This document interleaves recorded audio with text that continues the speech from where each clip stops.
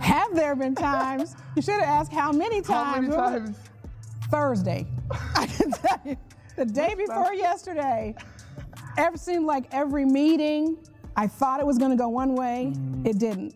I thought it was going to cost this much, it's 10 times as much. I thought this was going to be available, it's not yet. It's not going to be available for several months. I thought this person was going to be able to do this for me, they can't.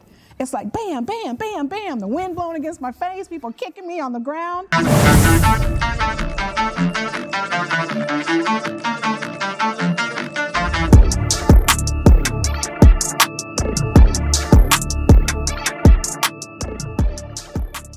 Hey, what's up, good people? Welcome to the City Entrepreneur Show, a talk show that highlights up-and-coming local legends and founders who dare to take a chance on their vision, even when the odds are stacked against them. I am your host, Ep.1, and today, man, I am so excited for the guest that I have here.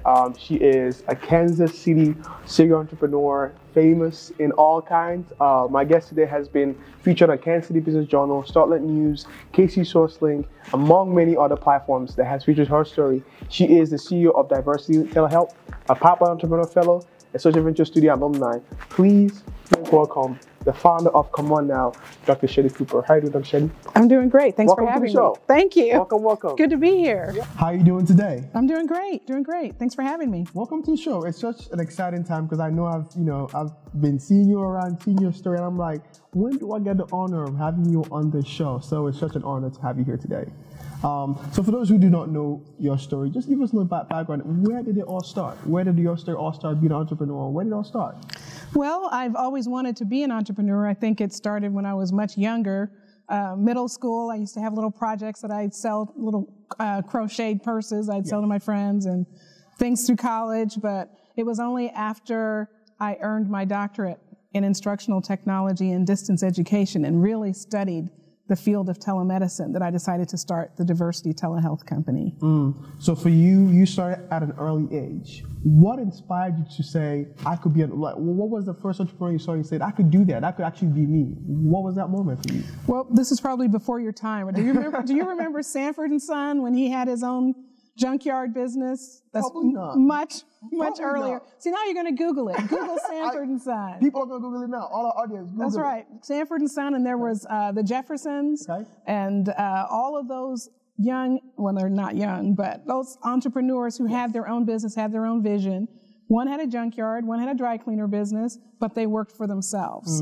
And so that has always been one of my goals, to work for myself, to be my own boss, and be able to have some type of influence on my own future. I know you probably, what I'm going to ask you next, you probably hear this question a lot, but what is Diversity Telehealth?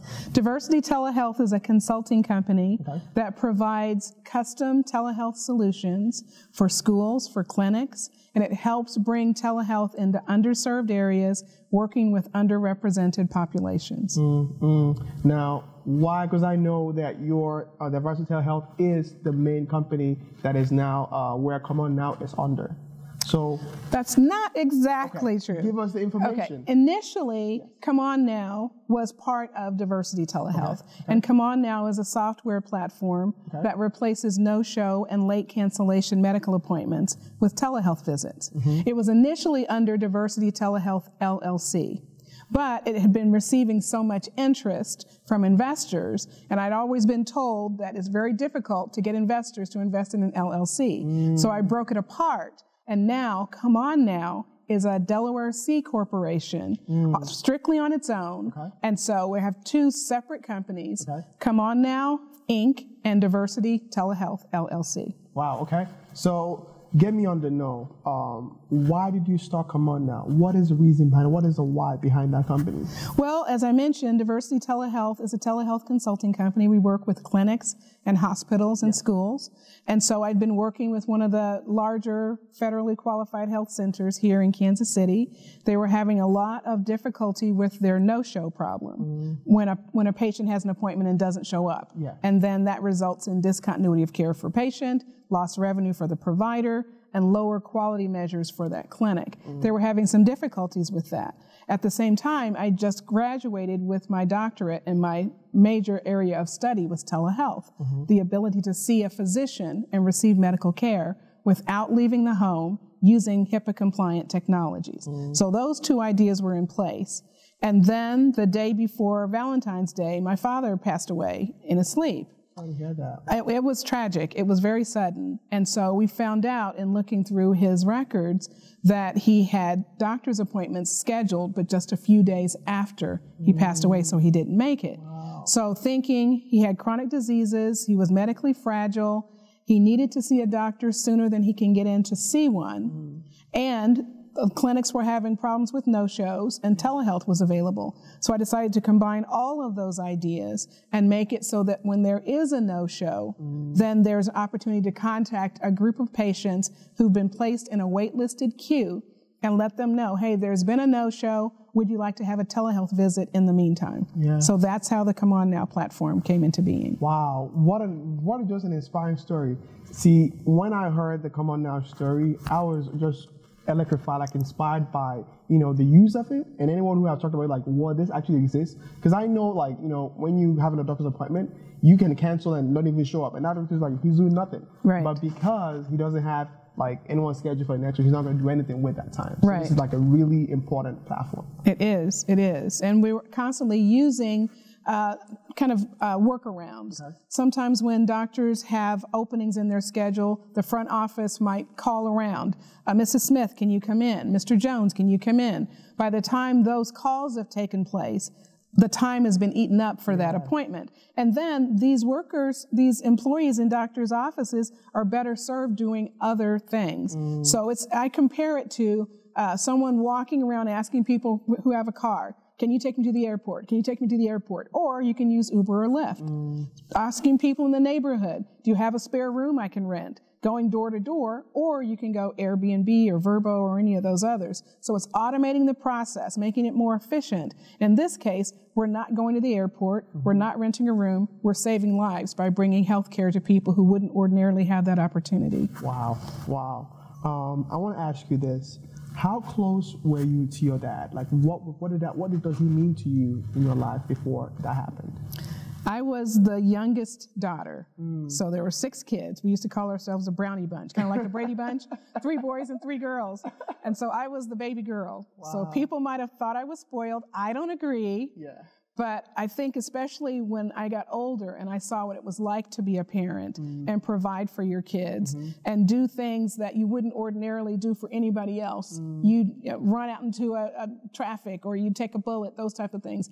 It's hard to see how much a parent loves a child until that person becomes a parent themselves. And so having children and wanting to make sure they had the best upbringing and health care possible was really important to him as well. Wow. And so I wanted to make sure that other daughters don't get that phone call that they've lost a parent, and something that could have been taken care of.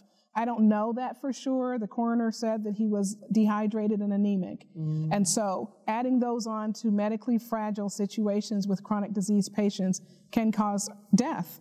And so I don't want anyone else to get that phone call. So I've made it my life's mission to make this work.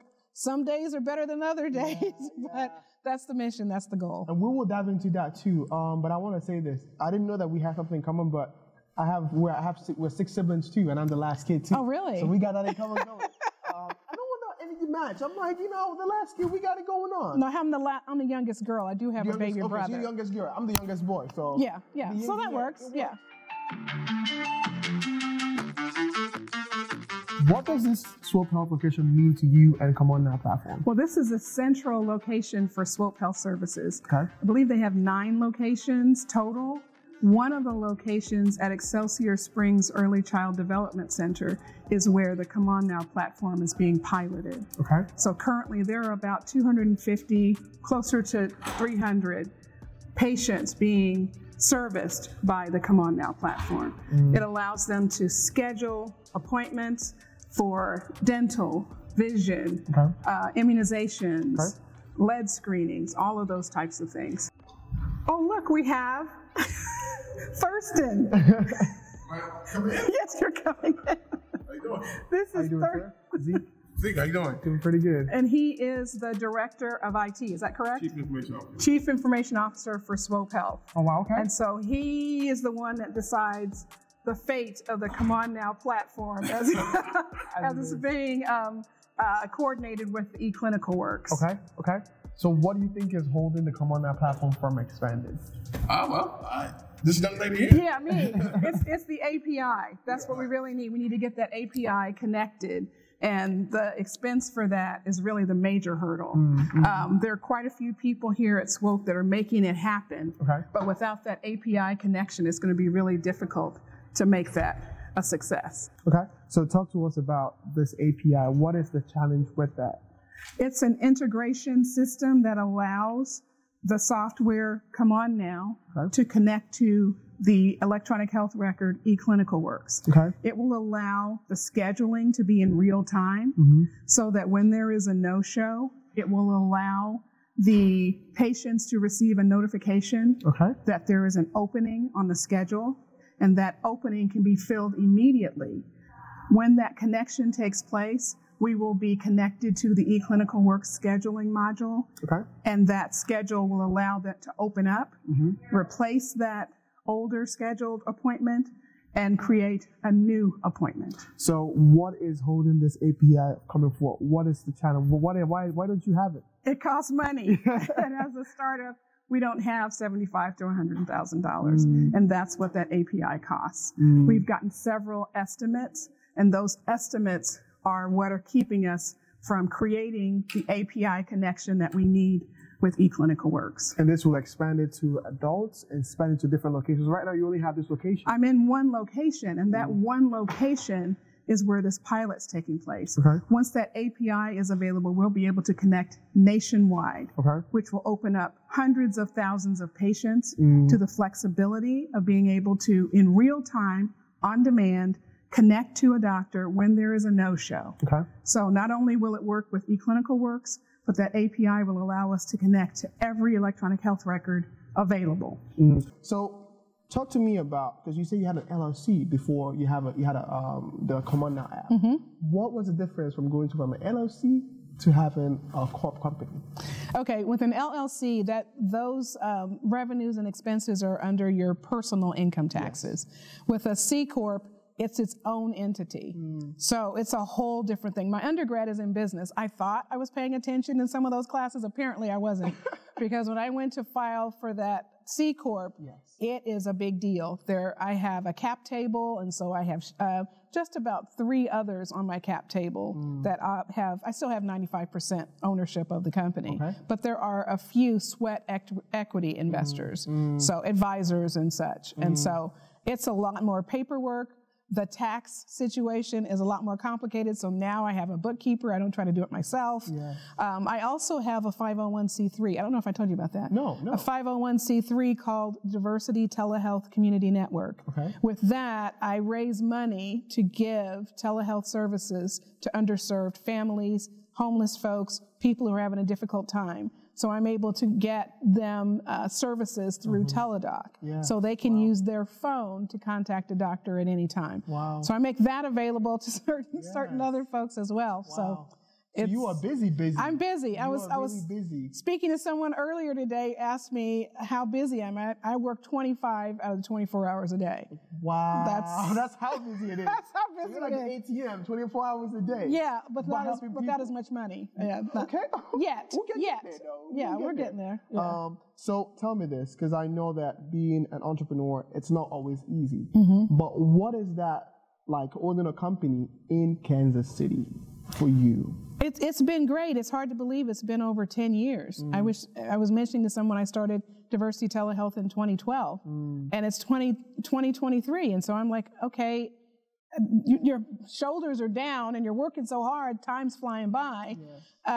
In Kansas City, there's a huge entrepreneurial ecosystem. So many different ways between, and I know if I mention them, I'm going to leave somebody out, but the Small Business Development Center and SCORE and KC SourceLink and Pipeline and Opportunity Hub, so many other places that you can get Kaufman, if I didn't mention Kaufman. So many ways that we can get assistance through those services and to get some of the help we need in starting a business. I think sometimes it's really difficult, especially when it's a technology-based business. I was mentioning to someone the other day, I wish I I wish I could make. I had a food truck. Maybe I could make pizzas. I mean, it was so difficult, especially before COVID, to explain to people you can get medical care without going into the doctor's office. And so, but with that difficulty and being HIPAA compliant and everything that goes along with that, sometimes it's easier to make cookies or pizzas or something. Yeah, because you gotta do pizzas over and over again. That's right. So for you, was it easy, or is it easy to raise funds in Kansas City, or is it hard? What's your thought on that? Well, I haven't raised any money yet. Actually, I'm pre-seed. Wow. All the funding I have is from pitch competitions, friends and family, my own money. So Diversity Telehealth, the funds to develop the ComeOnNow platform have all come from Diversity Telehealth and friends and family and pitch competition. So along with that, it's difficult when you don't, it's kind of like a chicken and the egg kind of thing. Yeah. If you need more traction in order to attract investors, it's hard to get that traction without having the customers that provide the revenue.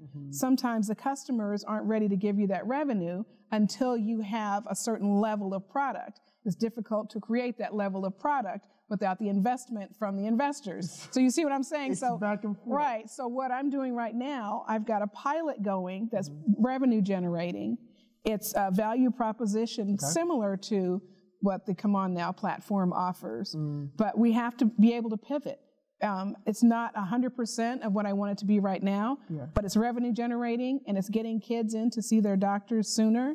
It's creating a healthcare ecosystem in Excelsior Springs, a rural area that has a physician shortage. And so it's meeting the goal, it's just going around the way to make it happen. And as that happens, as we improve on our customer experience, we're improving the ComeOnNow platform, and eventually getting closer to being ready to accept investment. Okay, sweet. Right. So you mentioned you have family and friends raising you pretty much in the pre-seed area. And I know that, like, I've talked to a lot of entrepreneurs, a lot of black entrepreneurs in Kansas City, and they say that pre-seed stage is very hard for them. Because you usually, I don't know any person who can give me $50K right now to invest in my company. What do you think, and what was that like for you doing a pre-seed? Very difficult. The investors I have reached out to, like I said, they all say you need more traction. There are some folks, not going to get into a debate about it, but there are some folks didn't have any traction, but they have money. Maybe they're in a different demographic. Maybe they have a different set of friends. Maybe their friends and family have a lot more money than my friends and family. And it's just the way it is. But it just means I need to work harder, and I can't really concentrate on that. It's difficult. But I need to work harder to get to where I am, and that'll make the finish line even sweeter. And speaking of even that, like being an entrepreneur and a black entrepreneur, that is, what are some, because you talked about, working 25 hours a day, what are some major struggles you're facing and you faced to just be able to run your company from start to where you are? One of the biggest obstacles was legal. When you have a company and you sign a contract, it doesn't matter whether you trusted somebody to tell you this contract is good, or maybe you thought it was a good contract. Have everything reviewed by an attorney, because the money and the time and the aggravation and blood, sweat, and tears it takes to get out of that contract is a lot heavier than whatever you're going to pay to have somebody look it over, a registered, licensed attorney. And so in the early days, I abdicated. I didn't delegate. I should have been more involved in some of the decisions that were made, but it was a learning process. And so being able to read a contract, if you don't understand it, ask somebody. What do they say? Ask somebody. If you don't know, then how can you sign something that you're not familiar with? So that was one of the major hurdles that I found. And since that time, I've been a lot more diligent. And when it's time to sign a contract, I don't like line C. We need to reword it. Why is line 6A in there? That doesn't pertain to us. I'm not being aggressive. I'm protecting my interests, and it's business. It's nothing personal. Yes, wow. And I also heard you talk about pitching. That's how you've been able to raise the pre-seed you've done so far. How do you take rejections? How as I know, there's no way you've run all the pitches you've gone to. How do you take the no's? Well, sometimes it's good. Sometimes it's a learning experience. If I've had my Wheaties and enough sleep, then I feel invigorated, and I'm thinking I'll take it as a learning experience. There was one opportunity that I didn't get. I made it to the finals. I can go in, it was Launch KC, and I was so excited. I thought, oh, I've got it. And it wasn't my turn. It wasn't my time. And so it took place in this building. Wow. And so I answered the questions. I realized there's a point when I thought, oh, this is going downhill. This isn't working. And I thought, let me get through it. I was praying, God, just let me get through it.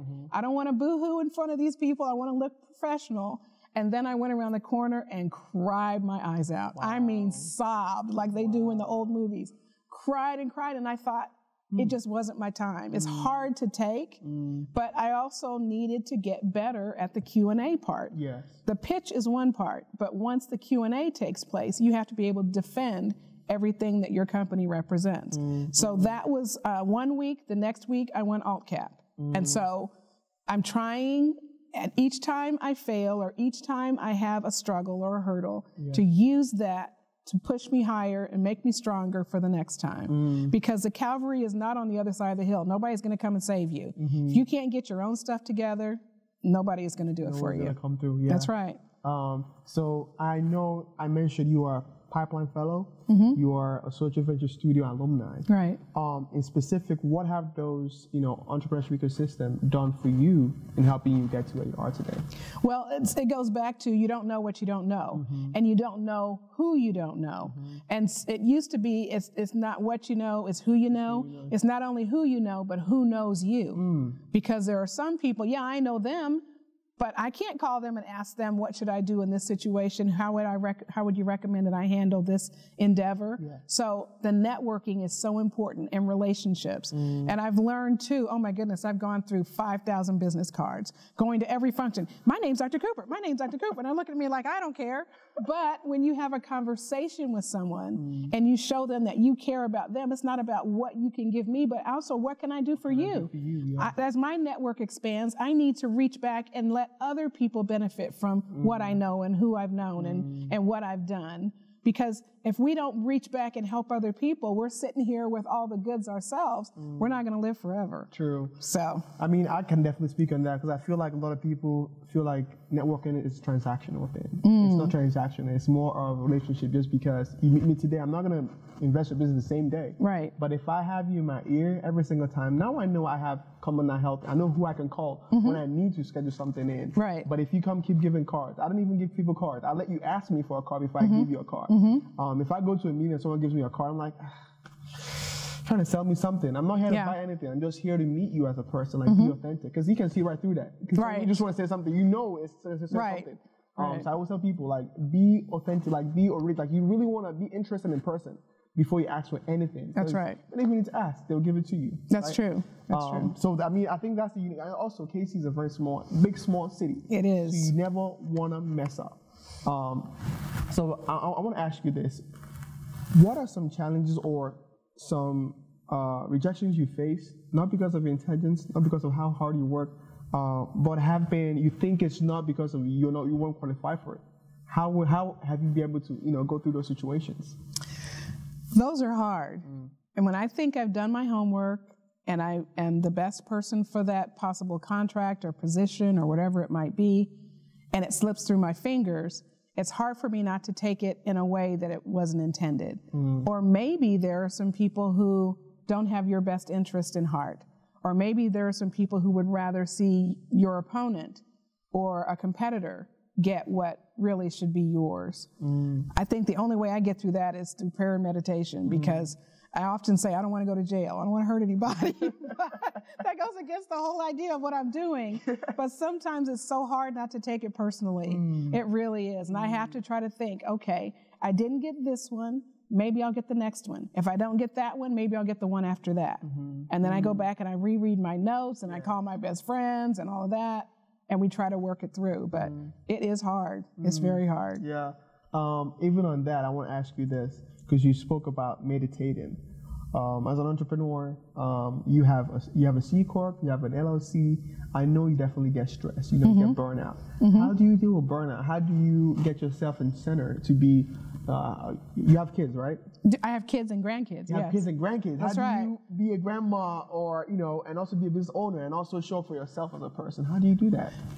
Sometimes it's just a matter of what do I want to concentrate on. And there was a gentleman that used to come to Kansas City and do different sessions with us, kind of meditative, and his name was Stephen Young. Okay. And he constantly said, what you concentrate on grows.